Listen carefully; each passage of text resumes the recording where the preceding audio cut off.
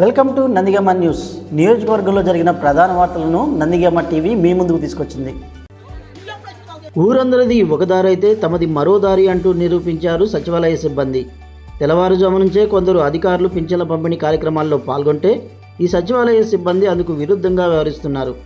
చంద్రలపాడు మండలం వెలదికొత్తపాలెంలో ఎన్టీఆర్ పెన్షన్ భరోసా పంపిణీ కార్యక్రమం ఆలస్యంగా మొదలైంది. సచివాలయ సిబ్బంది ఉదయం రావాల్సి ఉండగా 10:30 మొదలుపెట్టారు. దీంతో తమ కూలి పనులు మానుకోవాల్సి వచ్చిందని స్థానికులు తెలుపుతున్నారు.